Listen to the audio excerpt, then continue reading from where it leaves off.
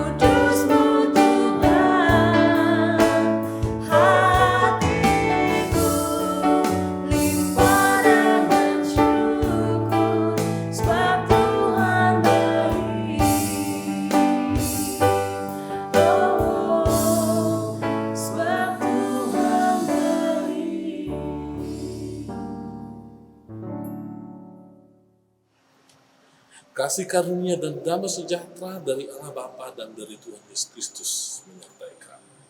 Amin.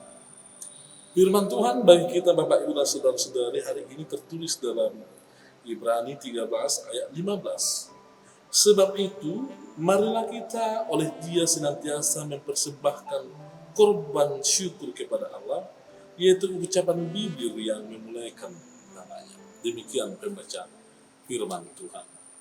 Bapak, Ibu, dan saudara-saudari, mungkin kita sudah sering mendengarkan istilah lain di bibir, lain di hati. Mungkin ada juga yang sudah pernah mendengar karena ucapan bibirnya yang salah mengakibatkan dia binasa. Hal ini memang ada benarnya Bapak, Ibu, dan saudara-saudari, di mana ketika seseorang mengatakan bahwa dia mengasihi temannya, dia mengasihi sesamanya, dia memuliakan Tuhan, padahal isi hatinya berbeda. Sebenarnya dia sedang berbohong kepada dirinya sendiri. Oleh sebab itu, Bapak, Ibu, dan saudara-saudari, sebenarnya produk dari hati itu adalah bagaimana seseorang itu berbicara tengah-tengah kesehariannya. Oleh sebab itu, orang-orang percaya diajak oleh nas ini untuk menjaga yang namanya bibirnya, agar semua ucapan yang keluar dari bibirnya adalah untuk kemuliaan nama Tuhan. Bahkan nas ini mengatakan bahwa ucapan kita itu harus menjadi korban. Kita sudah mengetahui bahwa korban itu adalah sesuatu yang diperuntukkan, dipersembahkan kepada Tuhan. Sehingga kalau korban itu berkenan di hadapan Tuhan, maka Tuhan akan menerima korban itu. Namun kalau korban itu tidak berkenan di hadapan Tuhan, maka Tuhan tidak akan menerima atau menolak korban tersebut. Lalu bagaimana jika hari ini firman Tuhan mengatakan bahwa ternyata ucapan kita dari bibir kita ini harus menjadi sebuah kurban di hadapan Tuhan, yang harus berkenan di hadapan Tuhan, yang harus berkenan untuk membangun umat Tuhan, yang harus berkenan untuk mempersatukan, mendamaikan, menghibur, bahkan menguatkan mereka yang tergolong ke dalam orang-orang yang termasuk umat Tuhan, Bapak, Ibu, dan saudara-saudara. Bahkan orang-orang yang di luar sana yang tidak percaya kepada Tuhan. Oleh sebab itu, nas ini sangat menekankan supaya kita mempersembahkan ucapan kita adalah untuk kemuliaan nama Tuhan. Jadi jangan sembarangan, hati-hati gunakan. Kalau anak sekolah minggu mengatakan hati-hati gunakan mulutmu, firman Tuhan katakan hari ini bahwa kita harus mempersembahkan sesuatu yang memuliakan Tuhan melalui ucapan yang memiliki. Nah, di zaman kita sekarang ini mungkin sudah berubah dari ucapan bibir kayak jari-jari kita yang sering menari-nari atas layar HP kita, Bapak Ibu Saudara.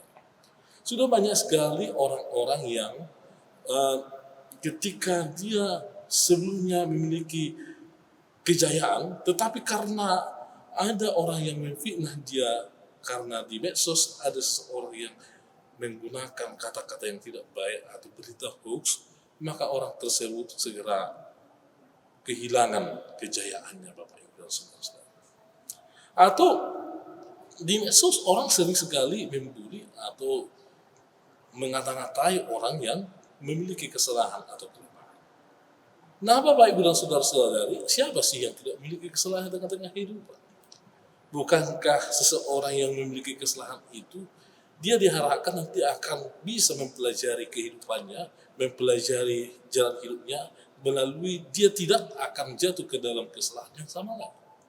Oleh sebab itu, Bapak Ibu dan Saudara-saudari, selaku umat Tuhan, jangan kita mengotori atau membuat nama Tuhan menjadi tidak dimuliakan oleh karena status medsos kita yang tidak memuliakan nama Tuhan. Atau medsos-medsos kita penuh dengan ucapan-ucapan atau ungkapan-ungkapan yang mengajak perpecahan, memfitnah orang lain, mengata-ngatai orang lain. Umat Tuhan harus hati-hati dalam menyebarkan informasi, menyebarkan apa itu yang menjadi pesan-pesan. Sebab Tuhan tidak mengkehendaki kita, Bapak Ibu dan Saudara-saudara, menjadi saluran pembawa hoax, tidak. Menjadi pembawa kabar yang buruk, menjadi orang yang memfitnah orang lain. Tetapi Tuhan mengkehendaki kita menjadi orang-orang yang harus membawa kabar baik, Bapak Ibu dan Saudara-saudara. Kalau kita ingat di Matius 28 ayat 19 dan ayat 20, kita diajak di sana supaya kita ini harus memberitakan kabar baik itu kepada siapapun, kepada orang yang kondisi dalam bagaimanapun, bahkan kepada orang yang berdosa, bukan malah membuli, menjelek-jelekkan mereka atau menyebarkan kesalahan atau kelemahan mereka supaya publik atau seluruh orang mengetahui kelemahan atau kekurangan dari seseorang itu. Tetapi kita harus memberitakan kabar baik. Apa itu kabar baik yang harus diberitakan kepada mereka yang memuliakan Allah?